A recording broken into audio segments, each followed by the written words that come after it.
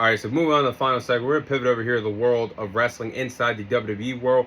And I'll be sharing my thoughts on John Cena's retirement tour. I'll be sharing my thoughts on how the retirement tour has played out. And at the end of the segment, I'll be giving my overall letter grade on how I think John Cena's overall retirement tour has been. So it's really sad because John Cena personally is probably top 5 in my own personal list of my favorite wrestlers of all time. And we're in September, guys. We only have 7 more appearances out of John Cena. He's hanging it up in December. And sad to see one of the greatest of all time go, but his legacy in the company will live forever as one of the greatest of all time.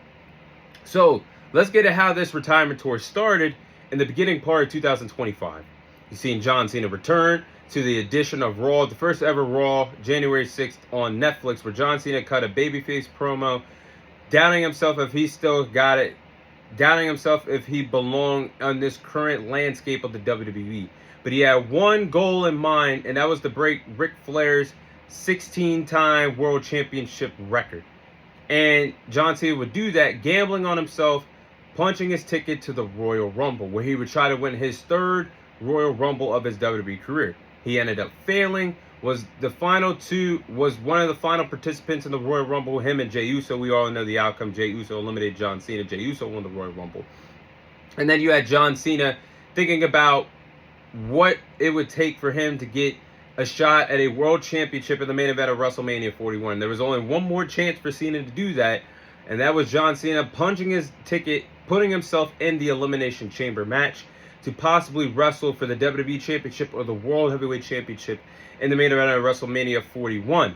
So that led to March, where we'd seen John Cena win the Elimination Chamber in good fashion. We seen him hang in the Elimination Chamber, his final Elimination Chamber, and he's actually had some really good Elimination Chambers now that I think about it in his wrestling career. But he was in there with guys like CM Punk, Seth Rollins, Logan Paul, Drew McIntyre, Damian Priest.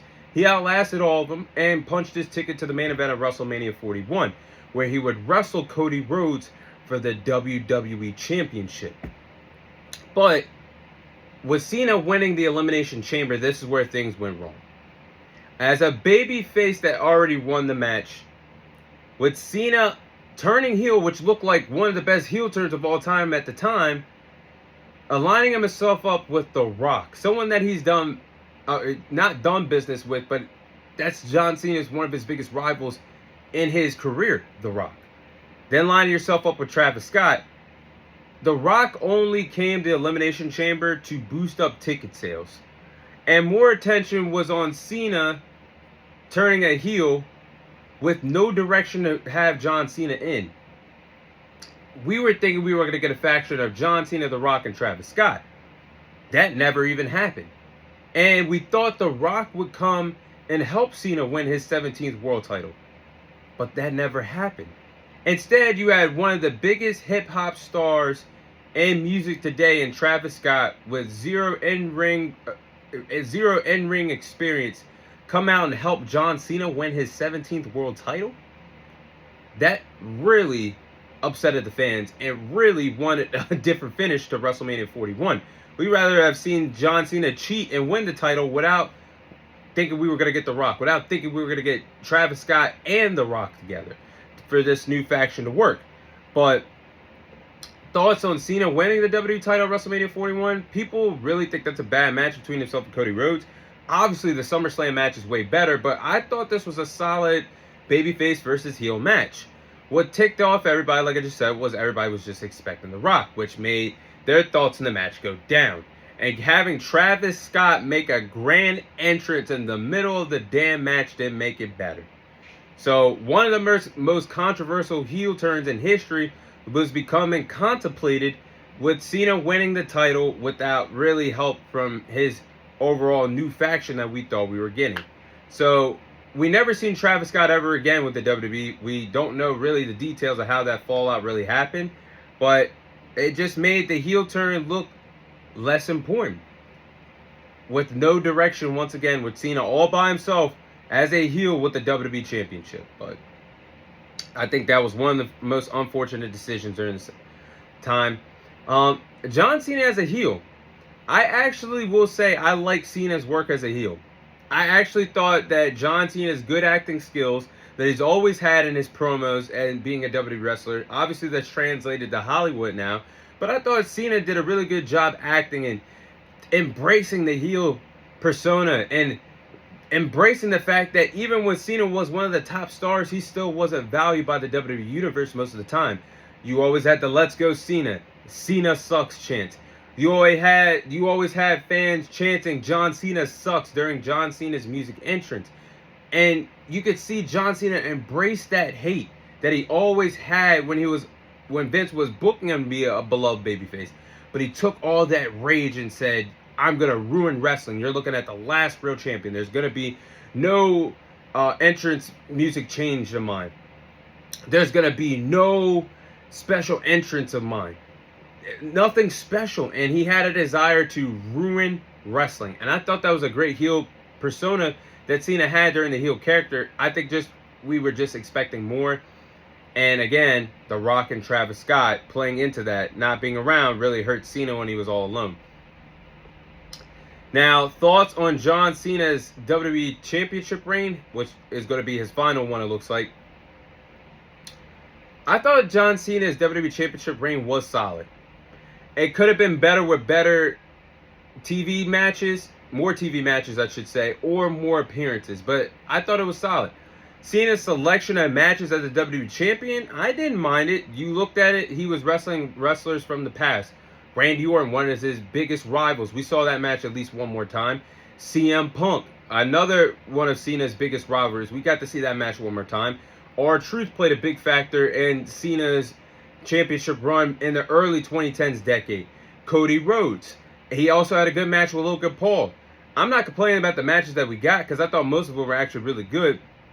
It's the fact that during Cena's WWE Championship reign, we got wasted opportunities of getting in the ring with guys one more time or wrestlers that he never wrestled before. I'm talking about AJ Styles. I'm talking about Dominic Mysterio, Gunther, Seth Rollins, Braun Breaker, Jacob Fatu, Carmelo Hayes. These are wrestlers that Cena definitely should have wrestled before his retirement tour ended. Most of those names that I just said. But with the unnecessary heel turn, with not enough appearances and not enough TV matches, I think this retirement tour suffered a little bit. But I thought Cena's WWE Championship run was pretty solid overall. And I'm glad we got to see Cena break Ric Flair's all-time record because there was nobody more deserving to break that record than John Cena. And I don't think it's appropriate for any wrestler to break this record anytime soon. So I think it's safe to say that Cena's going to have this record for probably the next 50 years or more. But that leads me to the overall letter grade. As we're at the end of this segment, overall letter grade that I'll give John Cena's retirement tour, I'm honest and I'm going to give it a C+. I'm giving it a C+. It could be a B-, but I think a C+ is appropriate. I feel like John Cena's unnecessary heel turn really hurt the momentum of this retirement tour. You could have just had a beloved babyface embracing the fact that his time is almost up, really contemplating himself to see if he still got it. And I think with Cena winning the Elimination Chamber, or overall, if he did win the Royal Rumble, overall the plan should have been John Cena versus Gunther for the World Heavyweight Championship. That would have been a perfect scenario for WrestleMania. But the booking, I feel like, has hurt this retirement tour as well. Cena's work as a heel was fun to watch. Like I said, he embraced that heel persona. But more TV matches would have been better. More appearances from Cena would have been better. And I think different matches with different stars would have been a better outcome of John Cena's retirement tour. Because when you look at these names that Cena's not going to be able to share the ring with 8 to 7 appearances left, it's unfortunate we'll never see John Cena, AJ Styles share a ring again. We possibly might not see John Cena versus Dominic Mysterio, John Cena versus Gunther, John Cena versus Drew McIntyre, John Cena versus Carmelo Hayes, John Cena versus Braun Breaker. I mean, the booking really played a decision of how I thought John Cena's retirement tour has been so far. I think it could have been way better. Way better. And I'm also going to throw this part in too. I ain't bitching and complaining about it, but I find it crazy that TKO is controlling where John Cena's final match is honestly going to be. That's complete bullshit. Cena should be the one to decide where his final match is going to be. Everybody thought it was going to be in his hometown of Boston, Massachusetts. That would have been a perfect way to end John Cena's WWE career. But instead, it seems like DC has won the bid for John Cena's final match over Boston, Massachusetts. Why is it a bid for Cena's final match anyway? The city that deserves it is Boston, Massachusetts. But I said I ain't gonna be no moaning and bitching for my part, because I'm from the DMV. And I'm from Maryland. I live in Maryland, so that's a cool 45-minute hour drive to see John Cena's final match. So I'll be there in December. But it's just the fact that I feel like TKO, WWE booking, head creative, and the fact of turning Cena heel, playing in the fact that The Rock was only there in Canada for Elimination Chamber for ticket sales, I think all of this played an unnecessary role in John Cena's retirement tour. And I think we could have got a much better outcome. But those are my thoughts on John Cena's retirement tour. That is all the time I have for you guys today.